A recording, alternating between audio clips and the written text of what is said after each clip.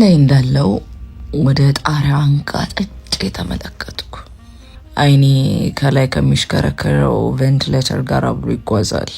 ወደ ላይ እያንቦለቦልኩት የነበረውን ሲጋራ ጢስ እንደ ጉም አየሩን አሙቆታል። እኔም አይኔ ተጎልጉሎ እስኪወጣ ድረስ ጣሪያው ላይ ያፈጠጥኩ። የሚያሳስበኝ ብዙ ጉዳይ ነበር። ወዲያው የጮህ ድምፅ ተሰማኝ። አንገቴን ወደ ጎን ዘንበል አድርጌ ሁኔታውን አጣራው። ልቀቀኝ የሚል የሴት ድምፅ ነበር። የጮህና የአስጥሉኝ አይነት ነበር። ቀስ ብዬ ካልጋዬ ብድግ አልኩ። እጄ ላይ የነበረው ቁራሽ ሲጋራ ወደ መገባደጃው ላይ ደርሶ ነበር። በፍጥነት ሳብሳብ አደረኩት። ጩኸቱ እየተጧጧፈና እኔ ወደ ነበርኩበት ሆቴል ክፍል ቀረብ እያለ ነበር። ሲጋራ የመዘንበጃዋ ላይ ደርሳ ነበር። መተርኮሻ ብዬ ያስቀመጥኩበት ላይ ድቅቅ አድርጌ ካጠፋሁት በኋላ ካልጋዬ ላይ ብድግ አልኩ። ከላይ በጃፒናና በቦክሰር ብቻ ስለነበርኩ ከላይ አንድ ወርወር ያደረኩትን ቁምጣ ቢጤ ልብሴን ብድግ አድርጌ ለበስኩ።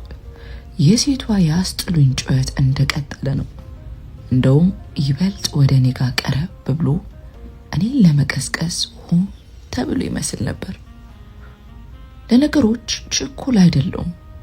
ቀረብ የሚለኝ አደጋ ሲመጣም አንዳች ነገር ሰውነቴን ለምን ቅርዝዝ እንደሚያደርገው እኔ ራሴው ግራ የሚያጋባኝ ጉዳይ ነበር። ከላይ ደግሞ ግርጌው ጋር አንድ ነጣ ያለ ቲሸርት አስቀምጫለሁ። እሱን ብድግ አድርጌ ከላይ ደረብ እያደረኩ ወደ በራፉ ጋር መራው። ራሴን ከፊት በነበረው የሆቴሉ አነስተኛ መስታወት ውስጥ ተመለከትኩት። ሰውነቴ ተወጣጥሯል። ሰሞኑን ቤት ብረት መግፋት ካቆምኩ በኋላ ለውጥ እንዳለኝ ተመለከትኩ። ከራሴ ጋር እንደ ማውራት እያልኩ በሩን ከፈት ከማድረጌ የኔ በራፍ ጋር ስትጮህ የነበረችው ሴት መታ ንጥፋለች። ተነሽ!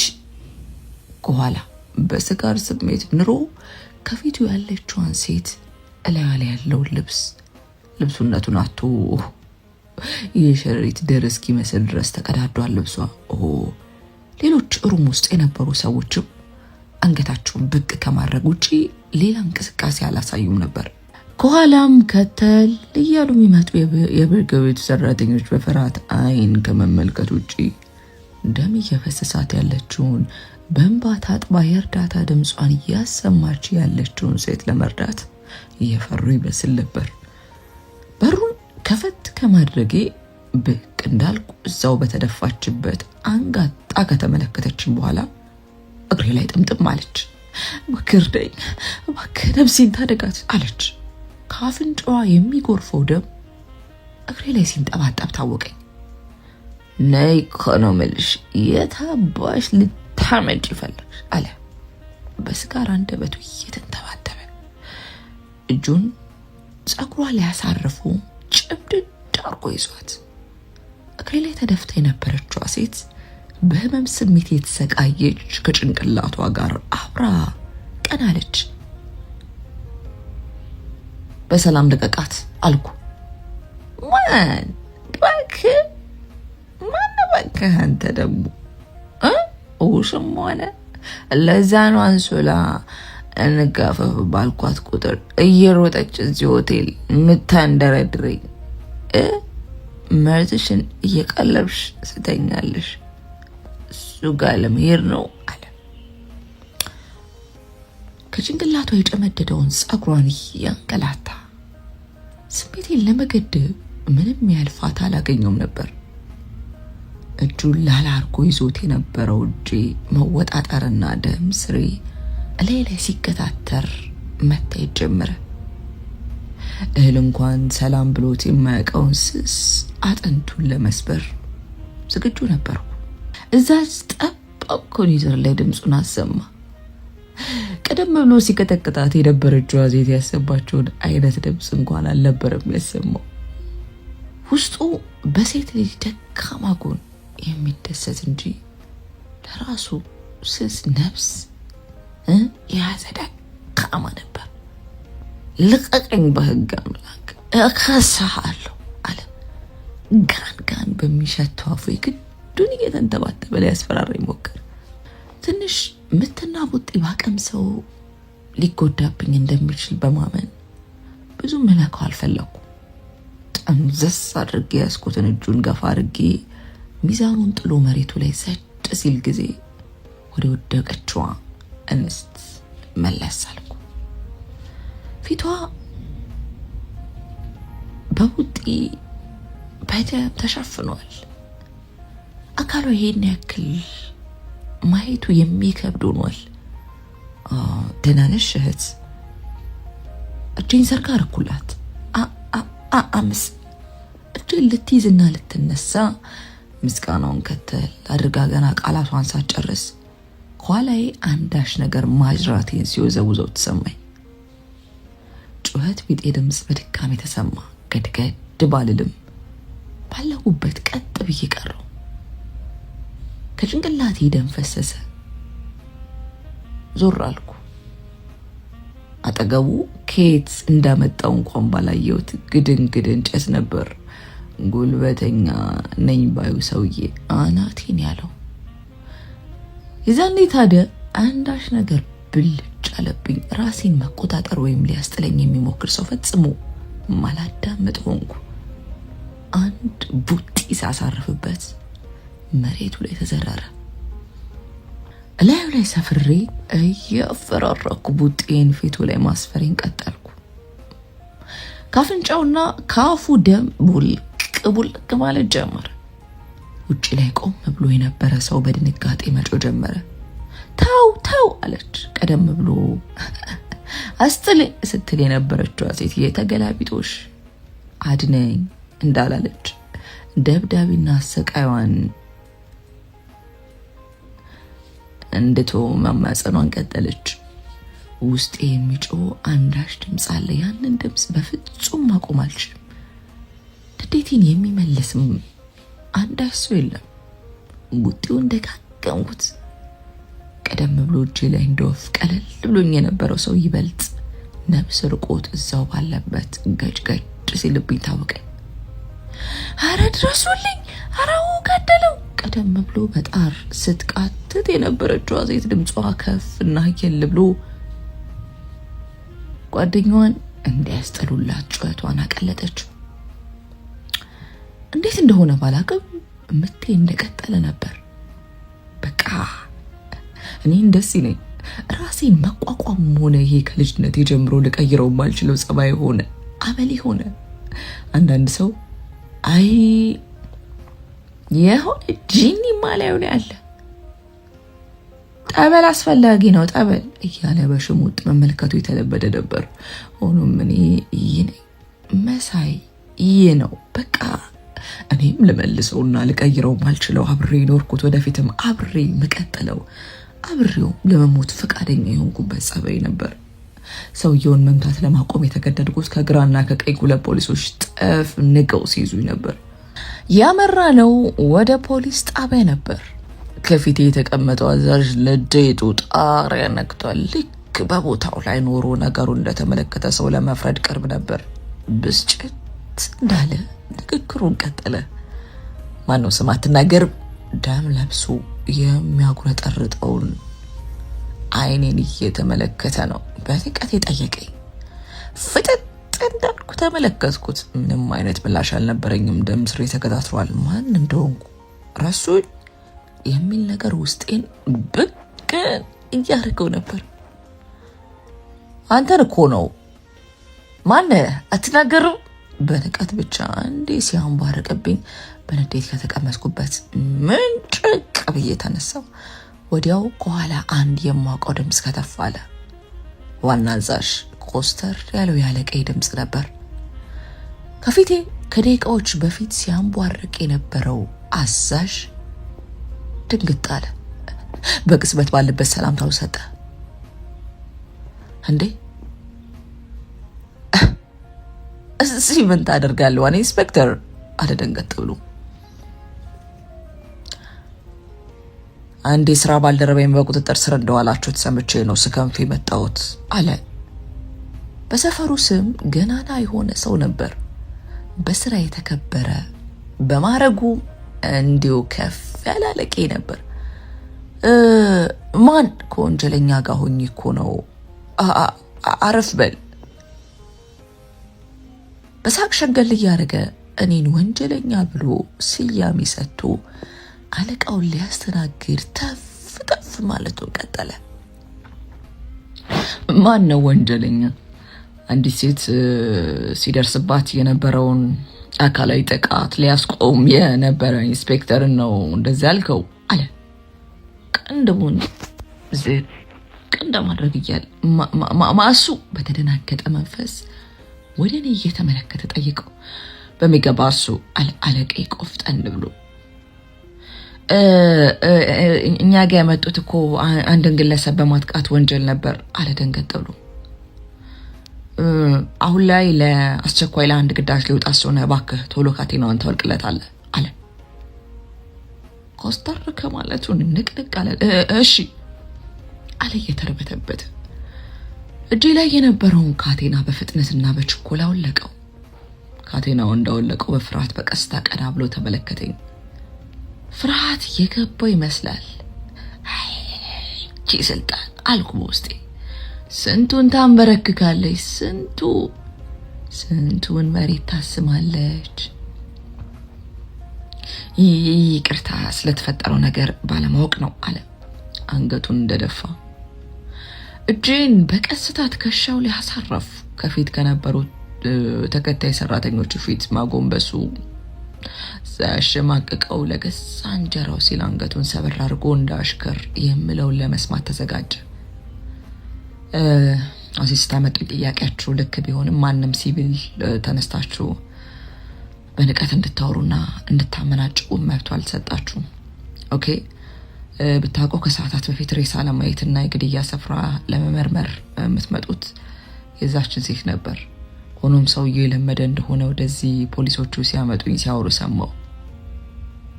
ፈገግ ብዬ የፊጥኝ አስረው በመኪና ወደ ጣቢያ ያመጡኝን ሁለት ፖሊሶች ሳቅ ብዬ ተመለከትኳቸው። ለማዳሳውን ደግሞ ዛሬ አንድ ካልከው ነገ ላይ ራሱ አንድ ብሎ ይገላግልሃል። በየቦታ የሴት ልጅ መብት በተመለከተ የምትሰማው ዜና የሚሆነው አልኩት። ንግግሬ ምክር ቤት ነበር። በፍርሃት እየተርበተበተ በሽታ ካንገቱ ሰበር ዘጋ እያለ ምላሽ ሰጠ። እባክህ ለቀጣይ ሰውዬን መላበደው በምክርና በተግሳጽ የሚታለፍ አይደለም። ነገ ላይ የዛችን ምስኪን የራስ ምርኮኛ ሆነ ሴት ሬሳ መቀበል ካልፈለክ የሚሆነውን በጊዜ አጠናቀው። ኦኬ አልኩ ኮስተር ብዬ። ሁሉም ምሽታቸውን ገለጹ። እኔም ካለቃዬ ጋር ተያይሽ ወጣው። እሺ ጎረምሳው ብለ ካለ ቀጠና ጸብ እያስነሳ አቧራ እያስጨስክ ከየጣቢያ መስደወል ጀመርክ አለ። እንደ ነገሩ ድርጊቴን አረም ለማድረግ ብሎ እንጂ ጸባይና መሌ እንኳን አልጠፋውም ነበር። ዋና ኢንስፔክተር አልኩ ደሜን እየጠራረኩ። ታው አለ ሳቅ ብሎ ወደ ኋላው ለጣጥ እያለ። ልክ ቁጣ ሲሆን ዋና ኢንስፔክተር መባባል ጀመርና አለ ፈገግ እያለ። እንደዛ ሚሊ አልኩኝ መለስ ብዬ ፈገግ አልኩ።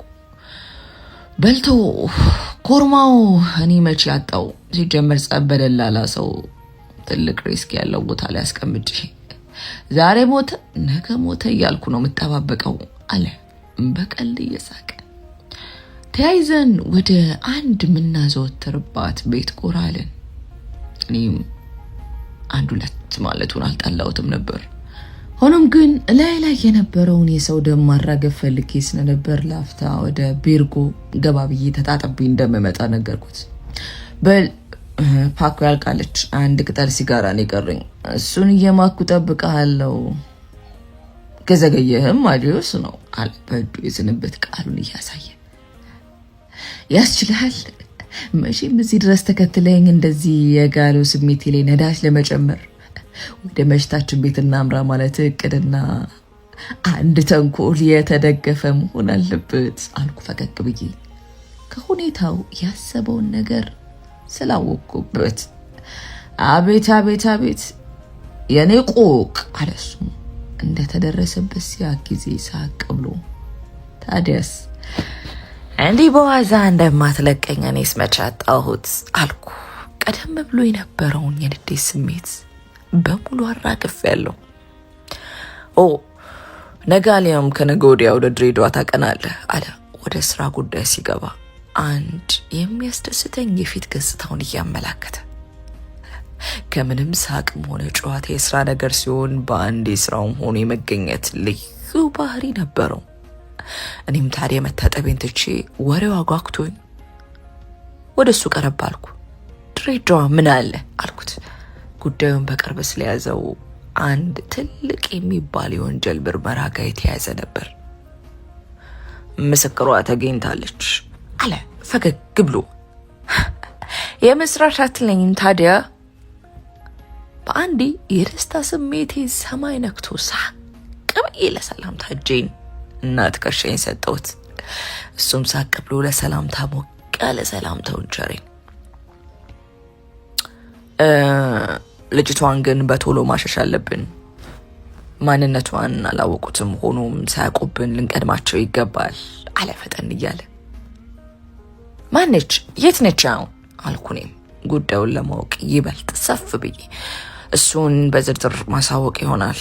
ታዲያ ቅድሚያ ፈጠን ብለህ ተጣጥበና ጨዋታችንን ሞቅ ደመቅ የሚያደርግ ወሬ ስለሆነ በባዶ አይሆንም አለ አንድ አይኑን ጨፈን አርጎ በፌዝ መልክ ሳቅ እያለ። እኔም ስለ አዲስ ተልኮዬ ለመስማት ከመቸኮል የተነሳ በደስታ በሽታ ልብሴን ለመቀየርና ለመታጠብ ወደ ቤርጎ ያመራው። በእርግጥ ቤርጎ ካለቀጠኔ የመጣሁት እንዲሁ ነበር፣ ነገሮችን አሰብ ለማድረግና ራሴን ካለሁበት ስሜት ራቅ ለማድረግ። ስፈልግ ከቤት ገለል ብዬ ወደ አንድ ቦታ ማቅናት ያስደስተኛል። በሰዓቱ በሽቶብኝ ስለነበር ነው ወደዚህ ቤርጎ ጎራ ያልኩት። ወደ ቤርጎ ያመራው የነበርኩበት ክፍል እንኳን በአግባቡ ሳይቆለፍ ነበር በፖሊሶቹ ተንጠልጥዬ የተወሰድኩት። በፍጥነት ወደ ሻወር ቤቱ ነበር ያመራሁት። ያው የነበረችው አንድ ነገር ቀዝቃዛ ውሃ ብቻ ነበረች።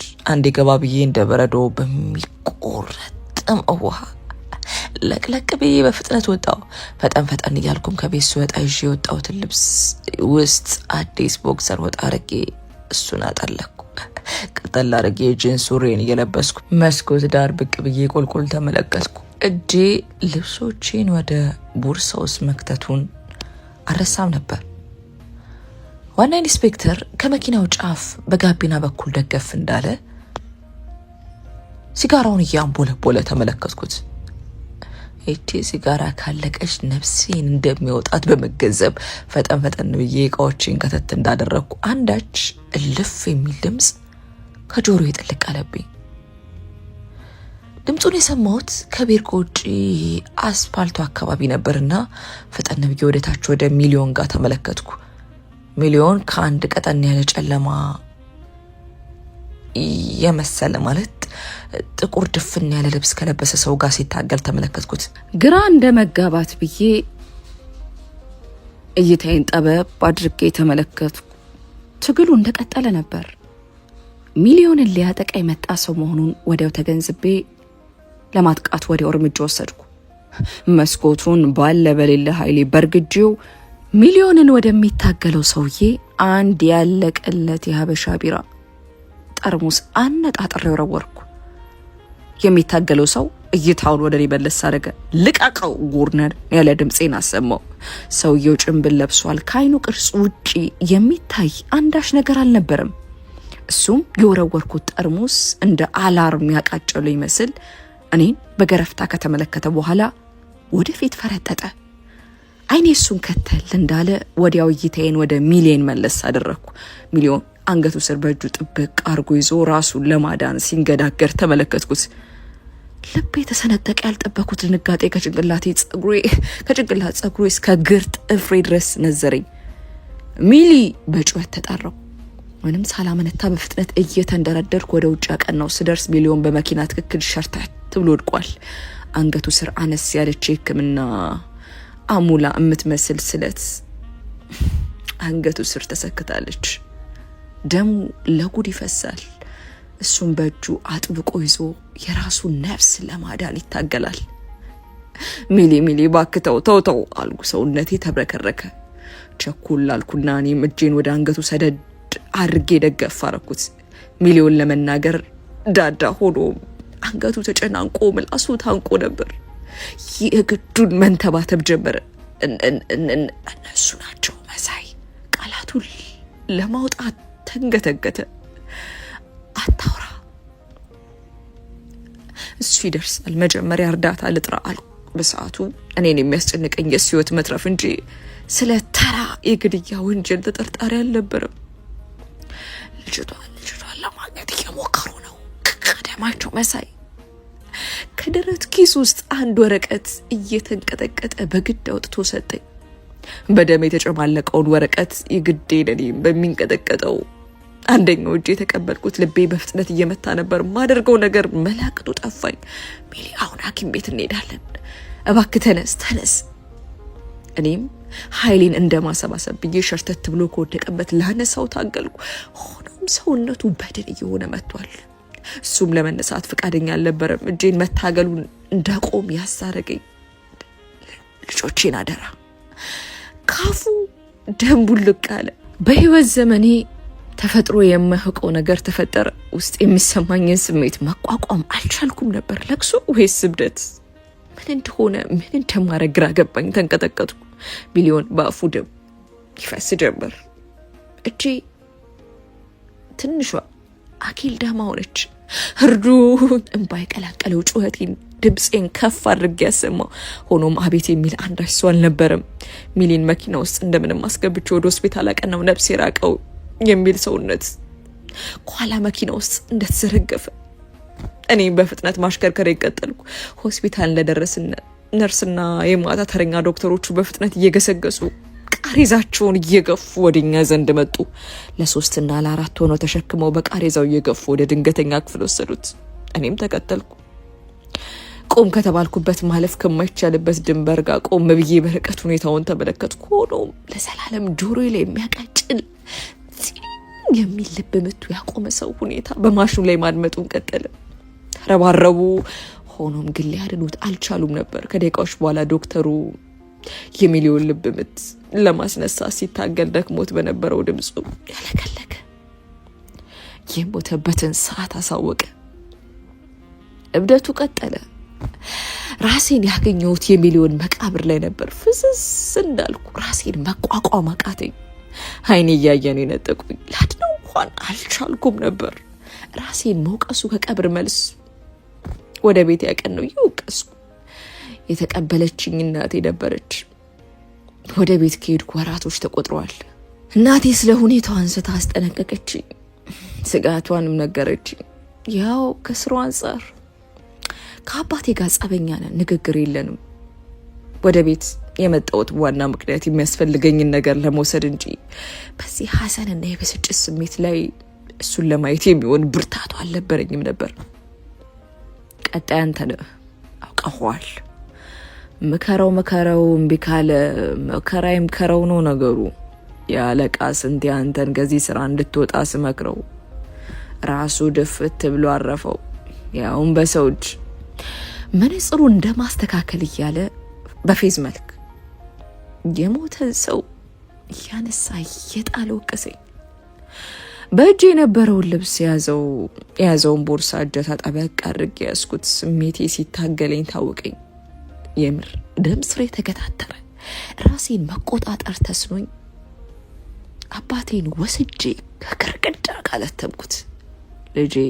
ልጄ ተው እባክህ። እማዬ በፍጥነት ኳላ ተንደርድራ መጣች። ይሄ ነው የባለጌ መጨረሻ። እኔ ላይ ቡጢ ያሳረፍክ። ትምህርትን ተማር ስል ከማንም ማይም ጋር ይዋል ቃለ። ንግግሩን ሳይጨርስ ለቦክስ እጄን ወደ ላይ ከፍ ሳረግ ጊዜ እማዬ ጨዋቷን አቀለጠችው። መሳይ እባክህ ልቀቀው ልጄ ጦስ ይሆንብሃል አለች እንባዋን እየረጨች። እኔም የማየን የተማጽኖ ድምጽ መስማት አቅቶኝ አነቂና ጨምድጄ ያስኩትን ኮሌታውን ለቀቅ አድርጌ ተውኩት። እልሄ እንዳለ ነበር። አይኔን ከሱ ላይ መንቀል አልቻልኩም ነበር። ለኔ ሁልጊዜም ቢሆን ደመኛና ጠላቴ እንጂ አባቴ ሆኖ አያውቅም። ለመሄድ ቦርሳዬን አፈፍ አድርጌ ይዤ ስንቀሳቀስ ከኋላ የተከተለኝ ያጎረስኩት ውሻ ነው ነገሩ። ሄዳ አንተ ቆሻሻ ደግመህ እዚህ ቤት እንዳትደርስ አለኝ በብጸት። እኔም ፊቴን መለስ እንኳን ማድረግ ሳልፈልግ ወደፊት መራመዴን ቀጠልኩ። ከኋላ የምታለቅሷ የማዬ ድምፅ ይሰማኝ ነበር። ተው መኩሪያ፣ ተው እባክህ ተው፣ ከላይ ታች የሌለው አንድ ልጅ እኮ ነው፣ ተው እንጂ በእንባት ማጸኗለች። ዞር በይ፣ ድሮስ ካንቺ የተፈጠረ ዘራረም እንጂ መቼም ፈሪ ሆኖ አያውቅም። ወደ እሷ ፊቱን መለስ እንዳደረገ ከንግግሩ ያስታውቃል። እማዬን ዞር ብዬ ባልመለከታትም ኩምሽሽ ስቅቅ ብላ አንገቷን ሰብራ ስታለቅስ ታወቀኝ። ገሌ ጥግ ነበር። በእጅ ያስኩትን አነስ ያለችዋን ባግ ወደ መሬት ቁልቁል ሰደድኩት። ከፊት አዟዟሪ ጀምሮና ወደ እሱ ዘንድ አገሳገሴ ጥሩ እንዳልነበር ሁለቱም ተረድተውት ኖረዋል። መሳይ እማዬ ክፉ ነገር እንዳይፈጠር በመስጋት ቀደም ብላ ከፊቴ መንገዱን ዘጋች። እኔም እሷ እንዳነካት በፍጥነት በጎኔ ገፋ አድርጌ ያለፍኩ። አላማዬ ሌላ ሰው ነበር። ተወልጄ ነፍስ ካወቅኩበት ቅጽበት አንስቶ እናቴን ሲያሰቃይ ሲገርፍ፣ እኔንም ጀርባዬ ላይ በቀረ ጠባሳ ዘላለም ዓለሙን ሲበድለኝ ወደ አሳደገኝ ሰው ነበር። እንደደረስኩ አንድ ከባድ ቡጢ አፍንጫው ላይ ሳሳርፍ ወደ ኋላው በቁመቱ ልክ ሄዶ ስርግፍ አለ። ማየጮች እኔም ከበራፉ ጫፍ ጋር ወደ ውስጥ በቁመቱ ወደ ወደቀው ወደ ወላጅ አባቴ ያቀን ነው። እግሩን ከፈት አድርጌ እላዩ ላይ ተከመርኩ። እድሜው ስለሄደ አቅም አልነበረውም። ከአቅመ ደካማ ጋር ጸብ ኖሮኝ አያውቅም ነበር። እጄን ሴት ልጅ ሕፃንና አዛውንት ላይ ማንሳት አይሆንልኝም። ከፊትም ኮሌታውን አንቄ ያስኩት ሰው እጁን ወደ ላይ አድርጎ እንደተወ የተማጽኖ ፊት አመላከተኝ። አይኔ ላይ የሱን እይታ ስመለከት እናቴ ያሳለፈችውን መከራ ጥፊና ምት ድቅ እናለብኝ። እንባዬ ዝርግፍ ማለት ጀመረ። ሆኖም ልመታው አልቻልኩም ነበር።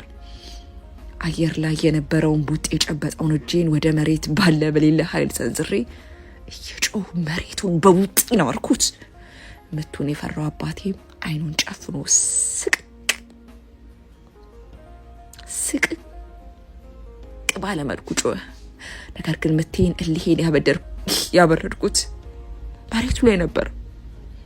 እንባዬ ዝርግፍ አለ። በእልና በንዴት የሚንዘፈዘፈውን ስሜቴን ብድግ አድርጌ ተስፈነጠርኩ። እማዬ ከተል አለችኝ። ሆኖም እሷን ቆም ብዬ የምሰናበትበትና ራቅ ብዬ የማስረዳበት ሁኔታና አቅም አልነበረኝም። ከተል እያለችኝ የምታለቅሷን እናቴ ላፍታ ቆሜ ግንባሯን ስሜ ከተሰናበትኳት በኋላ መኪናዬን አስነስቼ ተስፈነጠርኩ። ጉዞ ወደ አያት ነበር። ሚሊዮን ከመሞቱ በፊት የሰጠኝን ብጣሽ ወረቀት ላይ የተጻፈ አድራሻ ይዤ ነበር ያመራሁት። ፀሐዩ ጥርር ያለ ነበር። ወረቀቱ ላይ ከተጻፈው ቦታ እንደደረስኩ መኪናዬን ፓርክ አድርጌ ቆምኩ።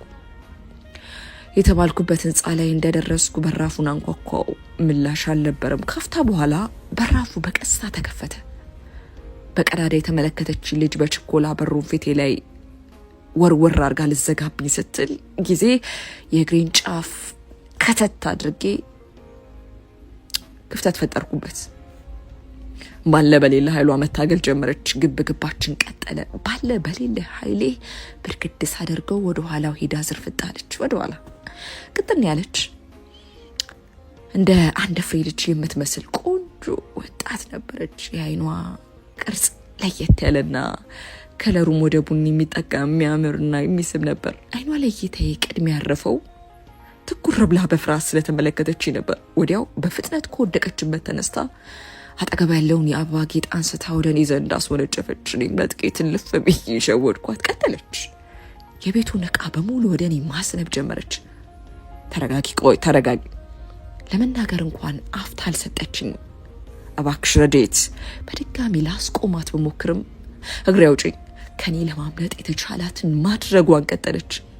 እባክሽ አንዴ ስሚኝ። እንደምንም ወደሷ ቀረብ ብዬና ሁለት እጆቿን ጥፍርግ አድርጌ በእጄ ባይል እፊቷ ጮኩባት። ደንገጥ እንዳለች ቁና እየተነፈሰች ሁለቱንም እጆቿ ስለተያዙ ላፍታ ዕቃ ሞርወሯን ገታ አርጋ ተመለከተችኝ። እኔ ሚሊዮን ነው የላከኝ ኮርኮርማው አልኳት። ስሜቷ ቀስ በቀስ እጄ ላይ መለስ ሲል ታወቀኝ። ጠበቅ ብሎ የነበረው ሰውነቷ ቀስ በቀስ እየላላና ረጋ እንደማለት አለ። መረጋጋቷን ሳስተውል ጠፍረግ አድርጌ ያስኩት እጇን በቀስታ ወደታች ወረድ አረኩላት። መረጋጋቷንም ሳስተውል ቀጥታ ያመራሁት ወደ በራፉ ጋር ነበር። በሩን በቀስታ ከፈት አድርጌ ማንም ሰው እንዳላየን ካረጋገጥኩ በኋላ በድጋሚ በቀስታ ዘጋ አድርጌ ከውስጥ ቆለፍኩት። ፊቴን መለስ ሳደርግ ረዴት በሚንቀጠቀጥ እጇ ላይ ቢላ ይዛለች። እኔም ደነገጥኩ። ረዴት እባክሽ ተረጋጊ እሺ አልኳት። ልጎዳት የመጣው ሰው አለመሆኔን ለማሳየት እጄን ወደ ላይ ያደረኩላት። ሚሊዮን የት ሄደ? ስልኩን የሚያነሱት ሌላ ሰዎች ናቸው አለች። እንቧ ኩልል ብሎ የወረደ ነው። እንደፈራች ያስታውቅ ነበር። ሚሊ አርፏል አልኳት። የተናገርኩትን አላመነችም ነበር። ባለችበት ድርቅ ብላ ቀረች። ካፍታ በኋላ በእጇ የነበረውን ቢላ ወደ መሬት ጥላ ራሷ መሬት ላይ ዝርግፍ ብላ ወደቀች። ከዓይኗ እንባ መንታ ሆኖ ይወርዳል። ወይኔ ሚሊ የልጅ አባት ጥሩ ሰው ነበር እኮ ማልቀስ ጀመረች። እኔም በረጅሙ ተንፍሼ የራሴን ስሜት ለመሸሸግ ታገልኩ። ተረኛዋ ደግሞ እኔ ነኝ። ቀባሪው ገንዘመድ የሌለኝ እኔ ነኝ። እንባ ጎልል ልወረድ። ፊቴን መለስ አድርጌ ተመለከትኳት። እንደ ፈራሽ ፊቷ ያሳብቅ ነበር። በቀስታ ወደ እሷ ዘንድ ቀረብዬ እስሯ ቁጢጥ አልኩ። ረዴት አሁን የምነግርሽን ነገር ተረጋግተሽ አድመጪኝ። ሰዎቹ ምን አይነት ሰዎች እንደሆኑ ለአንቺ ማስረዳት የሚጠበቅብኝ አይመስለኝም። ምክንያቱም ባለስልጣኑ ሲገደል በቦታ የነበርሽው ብቸኛ ምስክር አንቺ ስለነበርሽ አልኳት።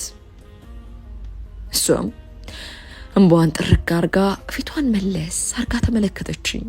ሰዎቹ ለማንም ወደ ኋላ አይሉም። በጊዜው ማን የውጭ ሀገር ባለስልጣኑን እንደገደለው በአይንሽ ያየሽው አንቺ ብቻ ነሽ። በአይኔ ያላየውም አለች እንባዋን እየጠረገች። ታዲያ ማን ያየው አልኳት ፈጠን ብዬ።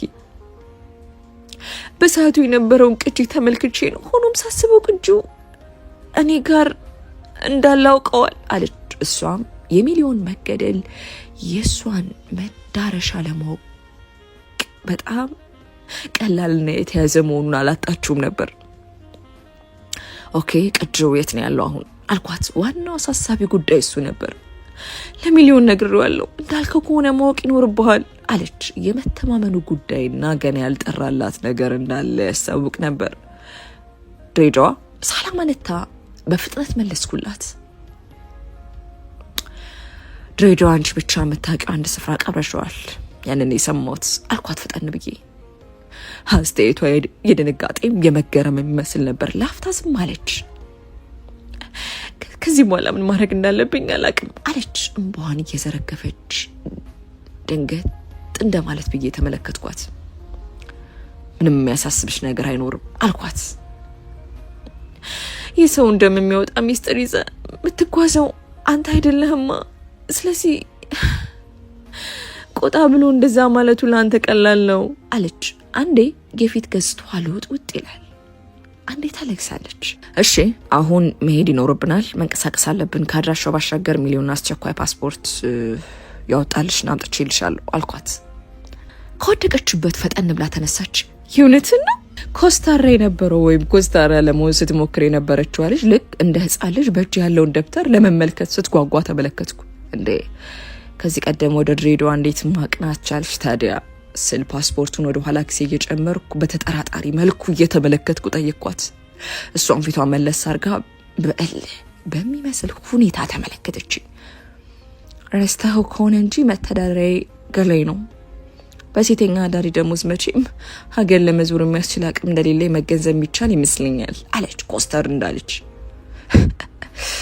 ቺን ቆንጆ አሁን ማን ሴተኛ አዳሪ ናት ቢባል ያምናል አልኩ በውስጤ። መልሼ ክርክራችን ወዴትም እንደማያቀናን በማመን ጉረሬን ፈጠን ብዬ ጠራረኩ። ለማንኛውም ያስፈልጋል የምትይው ነገር በአስቸኳይ አዘጋጂ፣ ከዚህ በፍጥነት መንቀሳቀስ አለብን፣ ሰዎቹ ፈጣን ናቸው አልኳት። እሷም ኮስተር ያለውን ፊቷን መለስ አደረገች። በዚች አጭር ሰዓት ውስጥ እንኳን የተለያየ የፊት ገጽታዋን መመልከት ችያለሁ። ፈጠን ብላ ወደ ውስጥ ዘለቀች። ከላይ ሌላ ሺቲ ቀሚስ ለብሳና ከላዩ ላይ ሳሳ ያለ ጃኬት ደረብ አድርጋ ወጣች። ሌላ የሚይዘው ነገር የለም አለች አይኔን እየተመለከተች። እኔም በሽታ ጭንቅላቴን ነቀነኩላት። ከዛ በኋላ ቀደም ብዬ በራፉን ከፍቼ ከውጭ ማንም ሰው እንደሌለ ካጣራን በኋላ እንድትወጣ ምልክት ሰጠዋት። በፍጥነት ተያይዘን ከዛች አካባቢ ተሰወርን። ቀጥታ የነዳሁት ወደ አየር ማረፊያ ነበር። ትኬቱ እጄ ላይ በነበረው የረዴት ፓስፖርት አማካኝነት ነበር የሞላሁት። መኪናዬን እዛው ኤርፖርት ግቢ ውስጥ ካቆምኩ በኋላ ወደ ውስጥ ዘለቅን። ረዴት እርምጃዋ በሙሉ የኔን እንቅስቃሴ በተገቢው በጥሞና የሚከተል ነበር። ወደ ፕሌኑ ገባን። እሷ በመስኮት በኩል ካለው መቀመጫ ነበር የተቀመጠችው። እኔም ካጠገቧ ተቀመጥኩ። ፕሌኑ እስኪነሳ ድረስ እንደ መቁነጥነጥ ያለች ነበር። ፕሌኑ አየሩን መቅዘፍ ሲጀምር ሳይታሰብ ሲያዳፋት የነበረው እንቅልፍ ከትከሼ ላይ ጣላት። ፈራ ተባ እያልኩ ፈቀቅ ላደርጋት ሞክርም የማንኮራፋት አይነት ድምጽ የሚያሰማ የእንቅልፍ አተኛኘት ተኝታ ነበር። አንገቷ ላይ ምቾት የሚነሳ ስሜት እንዳይሰማት በቀስታ ተስተካክዬ ትከሻዬ ላይ በደንብ እንድታርፍ አደረኳት። ድሬዳዋ ደረስን። ከፕሌን ልንወርድ ስንል በኦፕሬተሮቹና አስተናጋጆቹ ድምጽ አማካኝነት ብንን ብላ ነቃች። ባተያይቷ አፈር እንደማለት ስትልም እኔም ባላየ ፊቴን ወደፊት ለፊት አስተካክዬ እንደተቀመጥኩ እንኩባስ። ካለምንም ንግግር ከፕሌን ከወረድን በኋላ ወደምናቀናበት መንገድ ጉዟችንን ተያዝ ነው። ማረፊያ አለ አንድ ጥርሳው ወላቃ ሰውዬ። ሹፌር ነበር የጠየቀ። ዲፓ አካባቢ ነበርን ግን አለች። እሷም ብታርፍበት እንደሌለ ተገንዝባ ነበር። እኔም ፈጠን ብዬ የሚያውቁት ማረፊያ ቦታ ካለ እንዲጠቁሙን ጠየቅናቸው። በፍጹም አሉ። እጃቸውን ወደ ላይ ያደረጉ ብቻቸውን ከአንድ ትንሽ ሟችታቸው ልጅ ጋር እንደሚኖሩና አሁን ደግሞ ለስራ ወጣ ስለሚሉ ከህፃኑ ጋር መቆየት ስለምንፈልግ ቀን ድረስ መቆየት እንደምንችል ነግረውን ወደ ቤታቸው ጋበዙን። ቤቱ ሰርቪስ ግቢ ውስጥ ሆኖ ጥንቅቅ ተደርጎ የተሰራ ነበር። ሰው ቤት ሄድን። እቤት ከገባን በኋላ እንድንተጣጠብ አመቻቹልኝ። ሞቅ ወዳለው የአየር ሁኔታ መቀላቀላችን ስላልቀረ ተለቃልቀንና ልብሳችንን ቀይረን ወጣን። የቀረበልንም ምግብ በልተን ወደ ተዘጋጀልን መኝታ አመራን። ሽማግሌው አንድ ላይ እንደሆንን በማሰብ ያላቸውን አንድ ባዶ ክፍል ነበር ያዘጋጁልን። እኔም መሬት ላይ መተኛት እንደምችል አሳውቂያት ሌላ ሰው ከማስቸገር በሚል እሳቤ አብሬ ለማደር ተስማሙ። ያልሽን ቦታ ማጋኒያው በቃ ያለው አልኳት። መሬቱ ላይ ተስፈንጥሬ እንደተኛው ሰውነቴ መለስ ሳላደርግ ነበር የጠየቅኳት። እሷም ጀርባዋን ሰታኝ እንደተኛች አንድ የቅርብ ጓደኛዬ በስዊስ ዓለም ውስጥ ከጎኔ ነበረች። በብዙ ነገር ለረዳችን ሴት ነው በአደራ መልክ የሰጠዋት አለች። ታምኛታለሽ አልኩ። ካወራሯ በጣም ትልቅ እምነት እሷ ላይ እንዳላት ያስታውቅ ነበር። በጣም አለች። እንባ እየተናነቃት መሆኑ ያስታውቅ ነበር። ላፍታ ዝምታ ሰፈነ። ታውቃለህ፣ በሰው ዘንድ ተፈላጊነት አልነበረኝም። እናትና አባቴን በኤችአይቪ በሽታ በወጣትነት እድሜያቸው ነበር ያተዋቸው። ከዛም ኃላፊነቱ ለአክስቴ የተሰጣት አክስቴ ሰው ነበረች። ከልጆቿ የምትለየኝ የምትበድለኝ አይነት ሴት ነበረች። ከዛ በዘለለ ባለቤቷ ላፍታ ዝም አለች። ነገሩ ወዴት እያመራ እንደሆነ አላጣሁትም ነበርና አይኔን በሐዘን የተጨፈና አደረኩ። አጎቴ የምለው ሰው አስገድዶ ደፈረኝ። ከኔ ቁስል በዘለለ ባሌን ልታማግጪ ነው በሚል ሰበብ ከቤቷ አባረረችኝ። በቃ የዛኔ ጎዳና ወጣሁ። የነበርኩት ወደ ጂጂኒያ ሰፈር አካባቢ እዛ ነበር። እናም ወደ ስራው ለመግባት ቅርብ የሆንኩ ደካማ ሰው ሆኜ ተገኘሁ።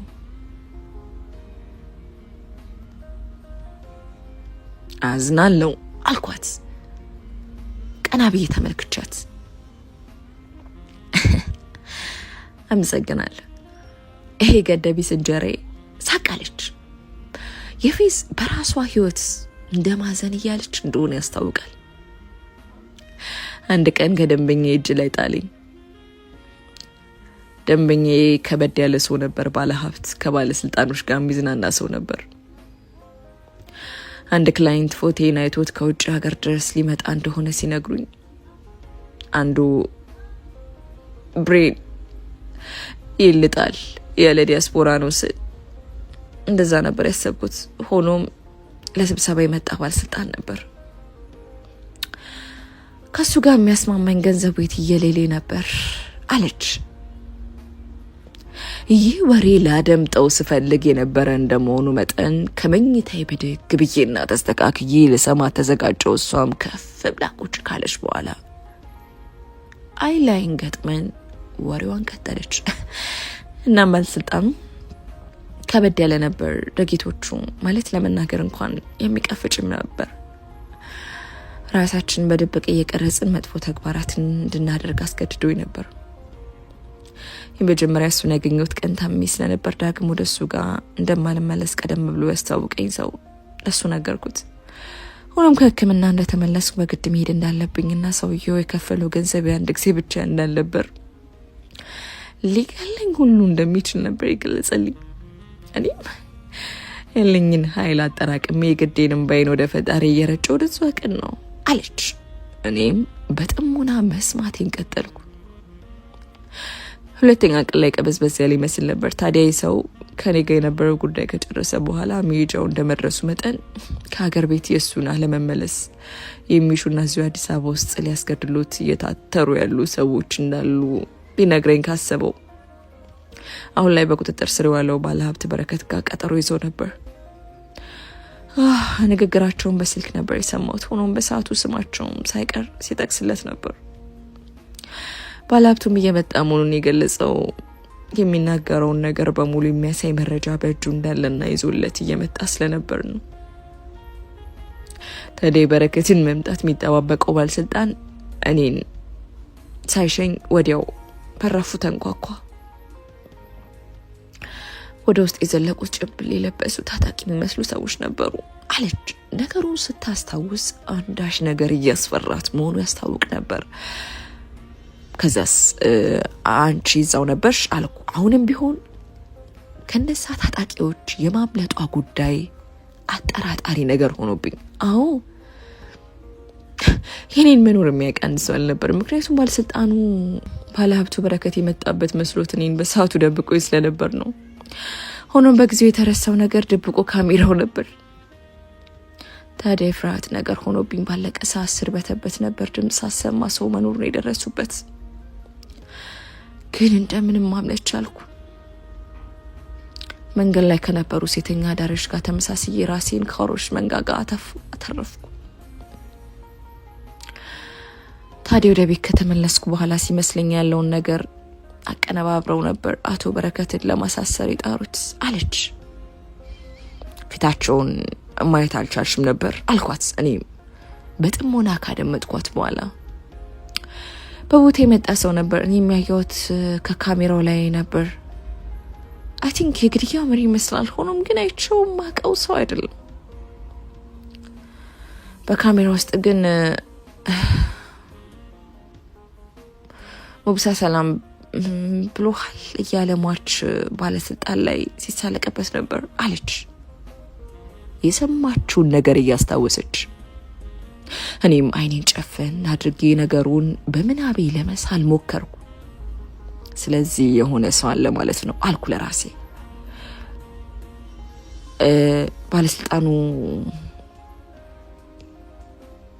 ጠላቶቹ የገዛ ሀገሩ ልጆች ናቸው ማለት ነው ስል ከተቀረጸው ምስል የተረዳችውን ነገር እንድታመሳሰልልኝ ጠየቅኳት። ጭንቅላቷን በወንታ ነቀነቀች። የሀገሩ ልጆችና ጠላቱ የሆኑ ሰዎች ወደ ኢትዮጵያ ለስብሰባ መምጣቱን ተከትለው የራሳቸውን ሴራ በጁ። ከተኛሁበት ተነስቼ ገርገድ እያልኩ ድምፄን እያሰማው ማሰላሰል ጀመርኩ። ከዛ እዚህ ሀገር የሱ ሞት ጋር ተያይዞ ከሱ ወዳጅ የሆነን ሰው ባለሀብቱን አቶ በረከትን ለማጥቃት በታቀደው ሴራ ላይ ተባባሪ የሆኑ ግለሰቦች አሉ ነው የምትይኝ አልኳት። ፊቴን ወደ እሷ መለስ አድርጌ አዎ አለች። እኔ እስከገባኝ ድረስ ነገሩ እንደዛ ይመስለኛል። በእርግጥ አቶ በረከት ከታሰረ በኋላ ነበር ወደ ቤቱ አምርቼ ቅጂውን መስረቅ የቻልኩት አለች በለሆሳስ ድምፅ። እንዴት ይዛለት እኔም ነበርኩ እንዴት አላየሽም? አይኔን ፈጠጥ አድርጌ በተጠራጣሪነት መልኩ ጠይኳት።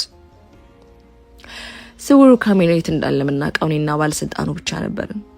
ስለዚህ እድሌን ለመሞከር አቀናው አገኘሁት። ሆኖም ቀና ብላ ተመለከተች። ምላሿን ለመስማት ከመቸኮል የተነሳ አፏ ስር ከመቅስበት ገብቼ ነበር። ሆኖም ተደብቄም ቢሆን ያየኝ ሰው ነበር አለች። ማ? አብረት አንድ ክፍል ውስጥ ማህደር ይረስቺ ልክ ጣቢያ እንደመረምራቸው ሰዎች ማፍጠጤን ቀጠሉ። ሚሊዮን አለች። ከነብሰ ገዳዮቹ እኩል እሱም ያሳደኝ ነበር። በጊዜው ማንንም ማመን አልቻልኩም ነበር።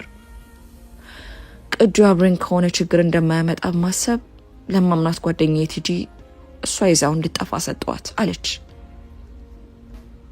እይታዬ ግን አመኔታ ያለው አይመስልም ነበር። እንዴት አልኳት። እሷን ማመኔን ተጠራጥረ ነው አለች። አዎ አልኳት ፈጠን ብዬ። በሰዓቱ ከሷ ውጪ ማምነው ሰው አልነበረም። እሷም ብትሆን በሰዓቱ በስራ አማካኝነት የተዋወቀችው አንድ ሹፌር ለማግባት የወሰነችበት ጊዜ ነበር። ማንነቷን ሳይጠየፍ በፍቅሯ ወድቆ ሊያገባት የወደደ ሰው ነበር አለች። እኔም አንዳች የትዝብት ሁኔታ ፊቴ ላይ እየተመላለሰ ነበር። ሴተኛ ዳሪን ቆይ ማን ያገባል አልኩ ለራሴ በውስጤ በትችት መልክ። እናም ማንነቷን አምኖ ስራዋን አቁማ አዲስ ህይወት ሊሰጣት ቃል ለገባላት ሰው እንጦሮጦስም ቢሆን ለመግባት ዝግጁ ነበረች። በቃ ባለቤቷ እዚሁ ድረስ ስለሚኖር ከተጋቡ በኋላ ጠቅልላ ወደዚህ መጣች አለች ማብራሪያዋን እያጠናቀቀች። እሺ ረዴት አልኩ በጥሞና ከሰማዋት በኋላ አልጓ ጠርዝ ጋር ቁጭ እያልኩ። ጓደኛሽ እጇ ላይ ስላለው ነገር ምንነት የምታውቀው ነገር አለ? የለም፣ ነገር ግን ጉዳዩ አሳሳቢ እንደሆነና ህይወቴን ሊያሳጣ የሚችል ስለሆነ በጥንቃቄ እንድትይዘው። እኔም አንድ ነገር ከሆንኩ ነፍሱን ይማረውና ለኢንስፔክተር ሚሊዮን እንድትሰጠው ነበር የነገርኳት። እሺ፣ ስለዚህ ነገ ጠዋት እሷ ወዳለችበት መሄድ ይኖርብናል አልኩ።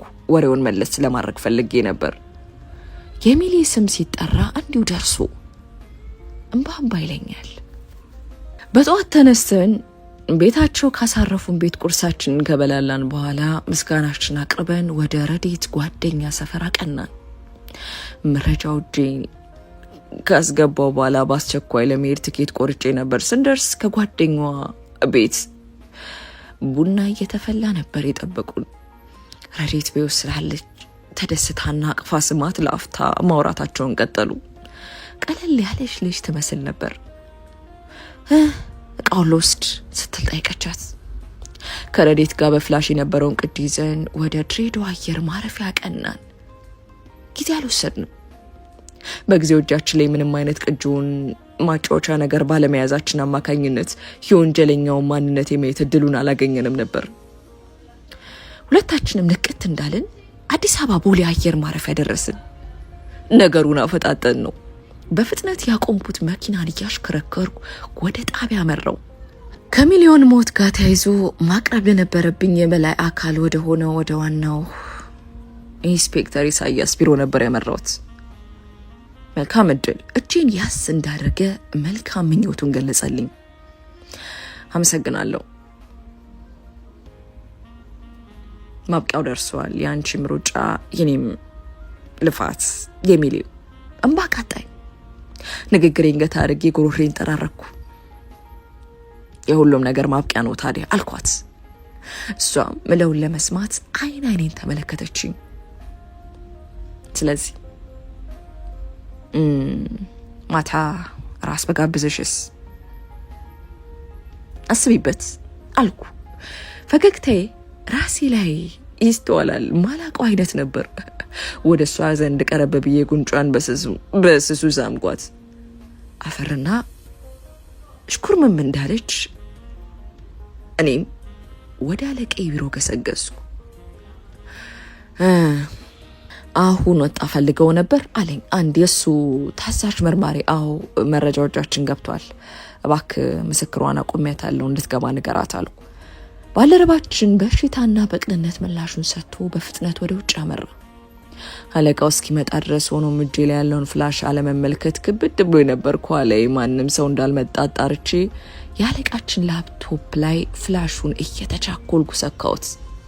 በሰዓቱ የላፕቶፑ መክፈቻ ያልተቆለፈ በመሆኑ ጊዜ የሚወስድ አልሆነም ነበር። በፍጥነት እየተስገበገብኩ ቪዲዮ መመልከት ጀመርኩ። ረዴት ለምን ፍላሹን በእጄ ሳስገባ የፍርሃትና የመሸማቀቅ ስሜት እንደተሰማት ተረዳው። ምንም የሱም ሞትና ደሙን ለመመለስ እንዲሁም ንጹህን ሰው ለማስፈታት እየወጣን እየወረድን ቢሆንም በእንባ እየታጠበች ሰውነትና ገላዋን ለስሜት ሲጫወትባት መመልከቱ የሞተውን ሰው በድጋሚ አስነስተ ግደለው፣ እነቀው የሚል ስሜት ዘራፍ እንዲባል የሚያሰኝ ነበር።